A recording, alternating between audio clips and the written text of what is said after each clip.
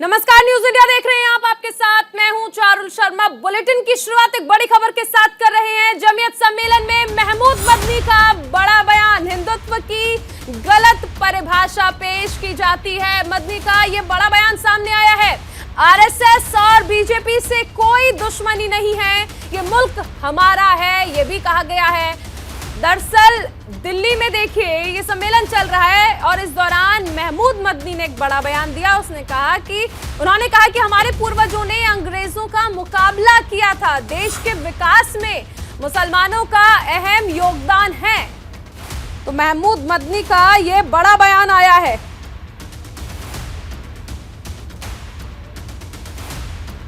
जमीयत उलेमाए हिंद का 34वां अधिवेशन चल रहा है और इसमें जमीयत चीफ मौलाना महमूद मदनी ने कहा कि समान नागरिक संहिता केवल मुसलमानों का मुद्दा नहीं है। जमीयत ने कहा कि वो सरकार का ध्यान इस ओर आकर्षित करना चाहते हैं कि अखंडता कैसे सुनिश्चित की जाए और देश की सकारात्मक छवि कैसे बनाई जाए। हम यहाँ ये वाज़ेह कर देना चाहते हैं कि आरएसएस और बीजेपी से हमारी कोई मजहबी अदावत नहीं है, बल्कि मजहबी या नस्ली अदावत नहीं है, बल्कि हमें सिर्फ उन नजरियात से इख्तलाफ है जो समाज के मुख्तलिफ तबकात के दरमियान बराबरी, नस्ली अदम इम्तियाज और दस्तूर हिंद के बुनियादी उसूलों के खिलाफ है। हमारी नज़र में हिंदू और मुसलमान सब बराबर हैं। हम इंसान के दरमियान कोई फ़र्क नहीं करते और न नस्ली बरतरी को तस्लीम करते हैं। जमीयत उलमा की सदा यह पॉलिसी रही है कि भारत के तमाम शहरी बराबर हैं, इनके दरमियान मजहब की बुनियाद पर कोई तफरीक नहीं होनी चाहिए। हम जब भी आरएसएस और उसके नजरियात की बात करते हैं तो हमें उसके माजी के सरसंघ चालक गुरु गोलवालकर की किताब बंच ऑफ थॉट के हवाले होते हैं। वहीं एक और बड़ी खबर आपको बता दें, दिल्ली के डिप्टी सीएम मनीष सिसोदिया का एलजी पर पलटवार सामने आया है। दिल्ली डिस्कॉम बोर्ड पर फैसले को लेकर एलजी का घेराव किया गया है। एलजी ने फिर से तुगलकी फरमान सुनाया है। यह सिसोदिया की ओर से कहा कि एलजी साहब ने सुप्रीम कोर्ट के आदेश का उल्लंघन किया है। दिल्ली सरकार की सहमति से पास प्रस्ताव को पलटा गया है। बड़ी खबर आपको बताई जा रही है। देखिए, दिल्ली सरकार और एलजी में तनातनी लगातार देखने को मिलती है और एक बार नहीं कई मुद्दों पर ऐसा हुआ है कि दोनों आमने सामने आ चुके हैं। फिलहाल डिस्कॉम बोर्ड मामले में हस्तक्षेप का एलजी के पास कोई अधिकार नहीं है, ये कहा गया है। कर रहे हैं, लेकिन रोजाना अपने आदेशों से भी वो यही साबित कर रहे हैं। आज फिर उन्होंने इसी सीरीज में एक और आदेश पारित किया जिसमें संविधान को भी वो नहीं मान रहे हैं और सुप्रीम कोर्ट के आदेश को भी वो उसका अपमान कर रहे हैं, सुप्रीम कोर्ट का कंटेम्प्ट कर रहे हैं। आज उन्होंने दिल्ली में अरविंद केजरीवाल जी की सरकार द्वारा, मुख्यमंत्री अरविंद केजरीवाल जी की सरकार द्वारा कैबिनेट द्वारा पास 4 साल पहले पास प्रस्ताव को आज पलटा है। 4 साल पहले सीएम साहब के नेतृत्व में दिल्ली सरकार ने, दिल्ली की कैबिनेट ने बिजली कंपनियों में 4 प्रोफेशनल डायरेक्टर्स की नियुक्ति की थी। अब एलजी साहब कह रहे हैं कि 4 साल पहले जो फैसला लिया गया था, मैं उसको डिफरेंस ऑफ ओपिनियन के दिए हुए अधिकार के तहत आज पलट दे रहा हूं। लेकिन 4 साल पहले से जो डायरेक्टर्स काम कर रहे हैं, 4 साल पहले दिल्ली की सरकार ने, कैबिनेट ने जो फैसला लिया, उसको 4 साल बाद पलटने की एक नई रीति शुरू की है इन्होंने। कहते हैं मैं संविधान को नहीं मानूंगा, सुप्रीम कोर्ट के आदेशों को नहीं मानूंगा, 4-4 साल पुराने फैसले पलटूंगा, फिर तो 20 साल पुराने फैसले भी आप पलटने लगोगे इस तरह से, फिर तो आप 10 साल पुराने फैसले उठा के पलटने लगोगे। ऐसा अधिकार आपको किसने दे दिया एलजी साहब? आपके पास संविधान में केवल और केवल 3 विषयों पर निर्णय लेने का अधिकार है, पुलिस, जमीन और पब्लिक ऑर्डर।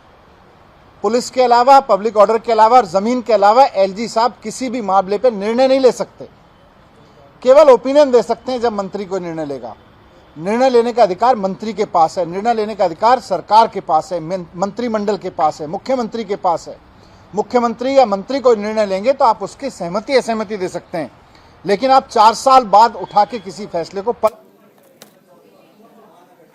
वहीं दिल्ली के मेहरौली में तोड़फोड़ पर टकराव अब देखने को मिल रहा है। दरअसल डीडीए के अभियान के खिलाफ जो स्थानीय लोग थे वो भड़क उठे। बुलडोजर कार्रवाई के खिलाफ यहां पर नाराजगी देखने को मिली और इसके तहत लोगों ने नारेबाजी भी की। स्थानीय लोगों ने जो डीडीए की कार्रवाई थी इसका विरोध किया। हालांकि बाद में मौके पर भारी पुलिस बल तैनात कर दिया गया। 8 प्लॉट्स को डिमोलिश यहां पर किया जाना था, लेकिन उन्हें राहत मिल गई। 16 फरवरी को 8 प्लॉट्स के डिमोलिशन पर सुनवाई है। तो देखिए मेहरौली में पहुंची थी टीम और यहां पर स्थानीय लोगों ने विरोध किया। हालांकि बाद में पुलिस बल तैनात कर दिया गया।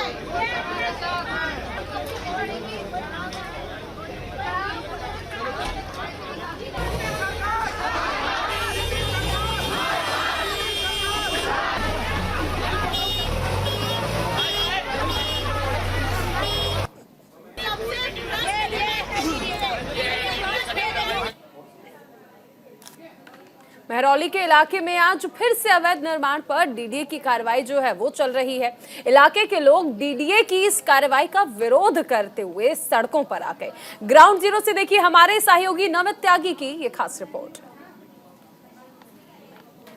इस वक्त हम मेहरौली के इलाके में हैं और यहाँ पर देखिए बुलडोज़र पहुँच चुका है और मकानों को तोड़ने की जो कार्रवाई है वो लगातार जारी है। थोड़ा सा ये तस्वीर मैं आपको दिखाऊंगा। देखिए यहाँ पर इसको तोड़ने की कार्रवाई जो है वो लगातार यहाँ पर की जा रही है। इसके अलावा देखिए यहाँ पर लोग पहुँचे हैं जिनकी जो बिल्डिंग्स है वो यहाँ पर आए हैं। ये बताइए आखिर आपकी बिल्डिंग्स को यहाँ तोड़ा जा रहा है, क्या आपके पास पूरे डॉक्यूमेंट्स है इस चीज़? सर हमारे पास सारे डॉक्यूमेंट्स हैं, लोन हुआ है, हर चीज है हमारे पास, सब कुछ है, क्या नहीं है, फिर भी हम तो वहाँ से हट जाओ, आपके चोट लग जाएगी। हमें जिंदगी भर तक मरने से अच्छा हमें एक ही बार मार दो। हम लोन भरेंगे 24 साल तक। साल से रह रहे हैं अपना यहाँ हम सर 3 साल से रह रहे हैं। हम अपना पेट काट के हम कम खा के घर की हम अपनी किस्त दे रहे हैं। सर ये समझ लीजिए हम बच्चों को सस्ते स्कूल में पढ़ा के अपनी किस्त दे रहे हैं फ्लैट की। ये स्टे ऑर्डर है हमारा। आपकी बिल्डिंग पर भी स्टे ऑर्डर यस यस। उसके बावजूद भी तोड़ा जा रहा है? नहीं ये बराबर वाले थे, हमने पहले तोड़ रहे थे लेकिन हमने उनको बताया इसका हमारा स्टे है, तब वो रुके हैं। ना तो गलती से हमारा कोना टूट रहा था। कल 4 बजे की मीटिंग के अंदर, रेवेन्यू डिपार्टमेंट की मीटिंग के अंदर, ये मिनिस्टर की मीटिंग में कोई भी डीडी के डिपार्टमेंट से कोई नहीं गया। इवन एलजी के आदेश पर कल आप देख सकते हैं जो डीएम है रेवेन्यू के वो भी नहीं गए हैं। इस तरह से नाइंसाफी है सर। जब एक मिनिस्टर डिमार्केशन के लिए कह रहा है कि आप आइए हमारे पास में, और जो खसरे नंबर आपने दिए हुए हैं डेमोलिशन के लिए उस पर आगे हम चर्चा करते हैं कि कौन से सही है कौन से सही नहीं है। ये सरासर सर नाइंसाफी है। जब तक आप रेवेन्यू डिपार्टमेंट जो कंसर्न बॉडी होती है मेन लैंड स्टेटस की, जब तक वो नहीं बताएगी कि हमारा ये लैंड है या नहीं है, तब तक डीडी को कोई अधिकार नहीं है डेमोलिशन का।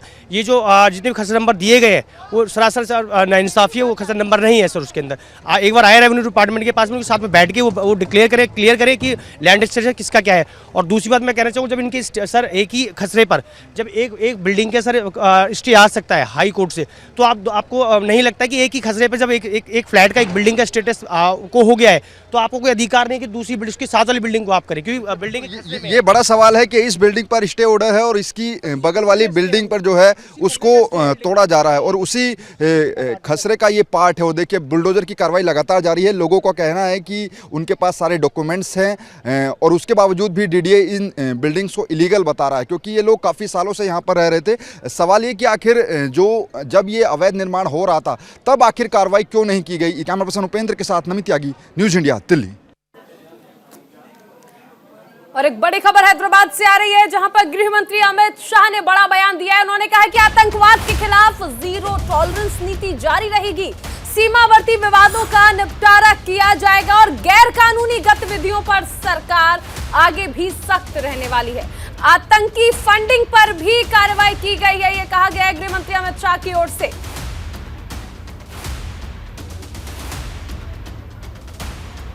हैदराबाद में ये बड़ा बयान जो है वो देखने को मिला है, जिसमें गृह मंत्री अमित शाह की ओर से कहा गया है कि आतंकवाद के खिलाफ जीरो टॉलरेंस की नीति रही है सरकार की। इसके साथ ही सीमावर्ती विवादों का निपटारा भी सरकार की ओर से किया गया। वहीं गैर कानूनी गतिविधियों पर भी सरकार सख्त रही है, ये कहा गया है। इसके साथ ही गृह मंत्री की ओर से कहा गया कि आतंकी फंडिंग पर भी कार्रवाई की गई है।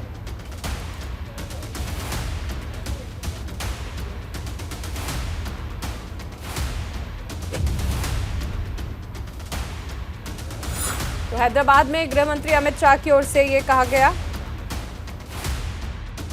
महान परंपरा के साथ के इस महत्वपूर्ण कार्यक्रम में उपस्थित तेलंगाना की गवर्नर महामहिम तमिलसाई सौंदरराजन जी,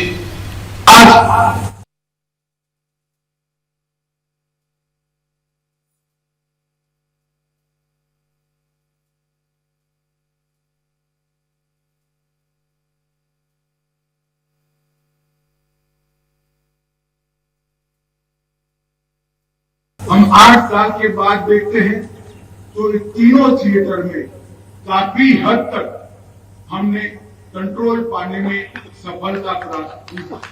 जम्मू कश्मीर में आतंकवादी घटनाओं में धारा 370 के हटने के बाद बड़ी मात्रा में कमी दिखाई पड़ी। पूर्वोत्तर के अंदर ढेर सारे उग्रवादी संगठनों से शांति समझौता कर 8000 से ज्यादा कैडर को मुख्य धारा में वापस लाकर राज्यों के बीच में सीमा के झगड़ों का निपटान कर और विकास की एक नई बार पहुंचाकर पूर्वोत्तर में हमने शांति की स्थापना की है और विकास के नए युग की शुरुआत की। एक और बड़ी खबर आपको बता दें, त्रिपुरा में प्रधानमंत्री नरेंद्र मोदी ने जनसभा को संबोधित किया और कहा कि त्रिपुरा में विकास का डबल इंजन नहीं रुकने वाला है। कांग्रेस ने त्रिपुरा को विकास में पीछे धकेला है। त्रिपुरा वामपंथ के कुशासन से मुक्त हुआ है। बीजेपी के शासन में राज्य में कानून का राज आया है। त्रिपुरा में हिंसा नहीं बल्कि विकास हो रहा है। देखिए, त्रिपुरा में चुनाव भी है और इस लिहाज से प्रधानमंत्री की ये यहाँ पर चुनावी जनसभा जो थी, पहली चुनावी जनसभा थी और इसमें उन्होंने तमाम बातें कही। ये भी कहा कि मैं यहाँ पे जितनी दूर तक देख रहा हूँ, जहां तक मेरी नजर जा रही है, वहां पर लोग नजर आ रहे हैं। खेती को भी मेरी ये पहली जनसभा है। यहां मैं देख रहा हूं कि इतनी बड़ी संख्या में जहां भी मेरी नजर पहुंच रही है, लोग ही लोग नजर आ रहे हैं। वहां ऊपर भी लोग खड़े हैं।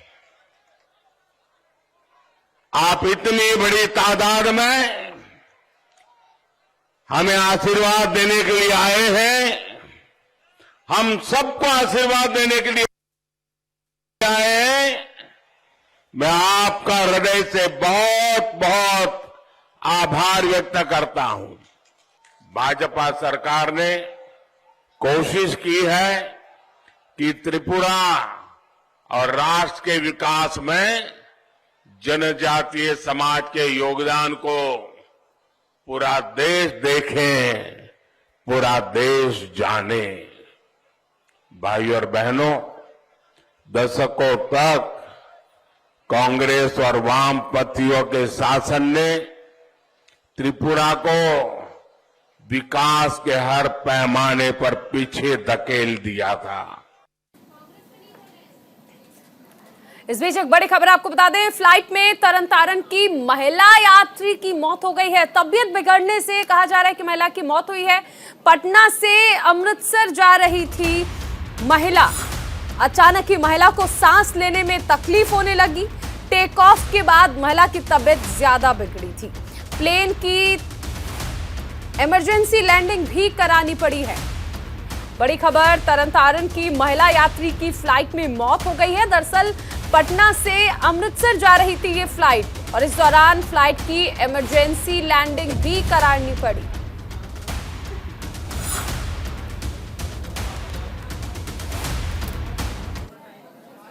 एक और बड़ी खबर आपको बता दें, बेंगलुरु में एनआईए ने बड़ी कार्रवाई की है। एनआईए ने संदिग्ध आतंकी को गिरफ्तार किया है। एनआईए ने बड़ी कार्रवाई करते हुए संदिग्ध आतंकी को गिरफ्तार किया है और कहा जा रहा है कि आईएसआईएस के संपर्क में था यह आतंकी। मोहम्मद आरिफ 2 साल से अलकायदा के संपर्क में था। आरिफ मार्च 2022 में सीरिया गया था। एनआईए की ओर से यह बड़ी कार्रवाई की गई है।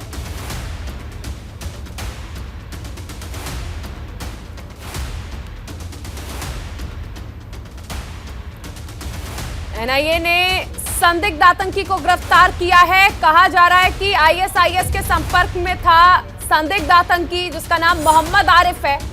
2 साल से अलकायदा के संपर्क में था मोहम्मद आरिफ। मार्च 2022 में सीरिया भी गया था।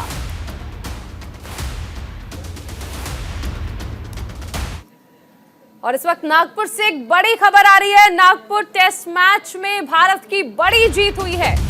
दूसरे दिन ही जीता पहला टेस्ट मैच। ऑस्ट्रेलिया को पारी और 135 रन से हराया।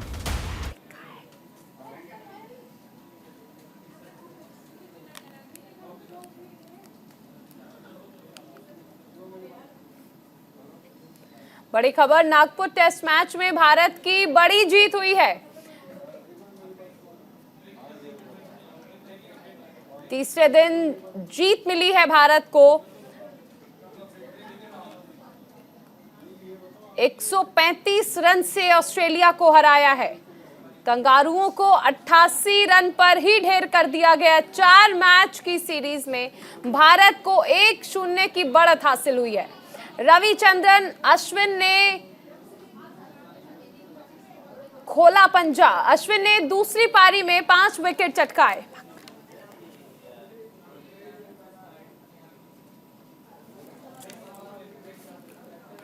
ऑस्ट्रेलिया के खिलाफ ये मैच जिसमें भारत को जीत मिली है, बड़ी जीत।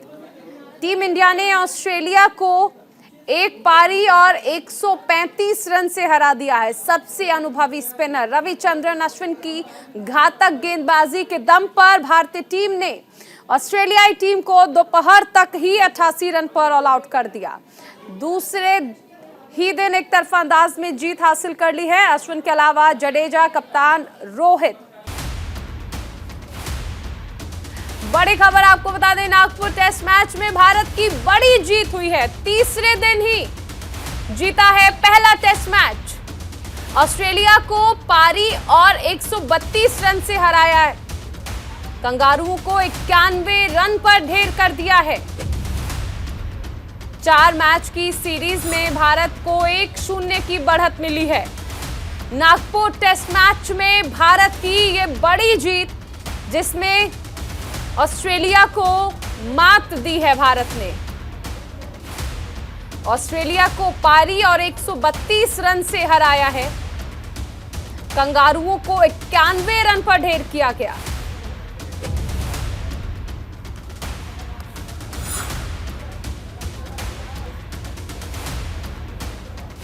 बड़ी खबर नागपुर से है जहां पर टेस्ट मैच में भारत को बड़ी जीत मिली है।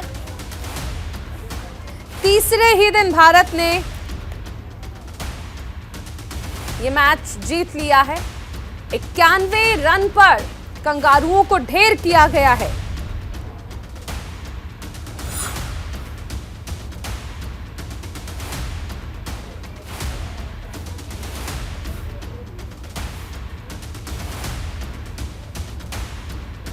ऑस्ट्रेलिया को पारी और 132 रन से हराया है भारत ने। नागपुर से ये बड़ी खबर है। 4 मैच की सीरीज में अब भारत को 1-0 से बढ़त मिल गई है। नागपुर टेस्ट मैच में ये बड़ी जीत भारत को मिली है। अश्विन ने देखिए 5 विकेट लिए हैं। शमी और जडेजा ने भी 2-2 विकेट चटकाए। नागपुर टेस्ट मैच के ये अपडेट्स आपको दिए जा रहे हैं क्योंकि भारत ने बड़ी जीत हासिल की है। तीसरे दिन ही जीता है पहला टेस्ट मैच।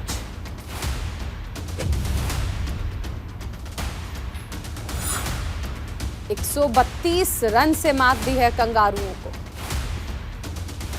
महज 91 रनों पर ढेर किया गया है ऑस्ट्रेलियाई टीम को। देखिए अगर मैच की बात कर लें तो अश्विन की ओर से 5 विकेट लिए गए। हमारे साथ सहयोगी रवीश बिष्ट जुड़ गए हैं। रवीश, नागपुर टेस्ट में भारत को ये बड़ी जीत। जी हाँ, बहुत बड़ी जीत है इंडिया को क्योंकि अभी 3rd डे था टेस्ट मैच का और ऑस्ट्रेलिया इतनी स्ट्रॉन्ग टीम है, लेकिन यहाँ पे इंडिया के सामने स्ट्रगल करती हुई नजर आई। और पहले ये कहा जा रहा था कि ऑस्ट्रेलिया जरूर एक भारत को एक अच्छी टफ फाइट दे सकती है, लेकिन जो हमने देखा फर्स्ट इनिंग में भी इंडियन स्पिनर्स के सामने ऑस्ट्रेलिया के बल्लेबाज टिक नहीं पाए, और सेकंड इनिंग में भी हमने देखा कि यहाँ पर भी उनकी तरफ से कोई संघर्ष नजर नहीं आया। तो एक बड़ा स्ट्रगल रहा ऑस्ट्रेलिया की तरफ से, और दूसरी तरफ तारीफ करनी पड़ेगी भारतीय गेंदबाजों की, जिस तरीके से उन्होंने ऑस्ट्रेलिया के बल्लेबाजों को फंसाया। बिल्कुल रवीश, ये भी जानना चाहेंगे आपसे कि अब देखिए एक बड़ी जीत जो मिल गई है भारत को, इसमें अगर हम बात कर लें तो अश्विन ने जिस तरह 5 विकेट लिए हैं, ऐसे अगर हम बात कर लें तो किन किन का आज सबसे शानदार प्रदर्शन रहा? देखिए, अगर ओवरऑल टेस्ट मैच की बात की जाए तो इसमें सबसे यूजफुल जो कंट्रीब्यूशन आया वो आया रोहित शर्मा की तरफ से, क्योंकि रोहित शर्मा ने जो वहां पे पारी को संभाला एज एन ओपनर और शतक लगाया, एक प्लेटफॉर्म उन्होंने सेट कर दिया था। और उसके बाद रविंद्र जडेजा और अक्षर पटेल दोनों की जो लास्ट में आके जो बल्लेबाजी रही वो बहुत शानदार रही, जिसकी वजह से भारत ने इतना बड़ा टोटल बनाया। और जब भारत इस पिच के ऊपर स्कोर कर रहा था, उसी समय बहुत सारे कमेंटेटर्स भी यही कह रहे थे कि शायद भारत को दूसरी बार बैटिंग करने की जरूरत नहीं पड़ेगी, क्योंकि पिच जो थी वो इटरेट हो रही थी और स्पिन को उसमें बहुत ज्यादा मदद मिल रही थी। और भारत में जब भी हम टेस्ट मैच देखते हैं तो उसमें ये जरूर देखते हैं कि अगर एक पारी में रविंद्र जडेजा विकेट लेते हैं तो दूसरी पारी में रविचंद्रन अश्विन आके विकेट लेते हैं। तो यहाँ पे भी ऐसे हुआ, फर्स्ट इनिंग में रवि जडेजा ने फंसाया ऑस्ट्रेलिया के सारे बल्लेबाजों को, और सेकंड इनिंग की अगर हम बात करें तो वहां पे टर्न था रविचंद्रन अश्विन का, और स्टार्ट से ही हम देख रहे हैं कि रविचंद्रन। लेकिन कुल मिलाकर कहा जाए बड़ी जीत और भारत के लिए एक अच्छी खबर। बहुत शुक्रिया रवीश इस तमाम जानकारी के लिए, और इसी के साथ इस बुलेटिन में फिलहाल इतना ही। आप बने रहिए न्यूज़ इंडिया के साथ।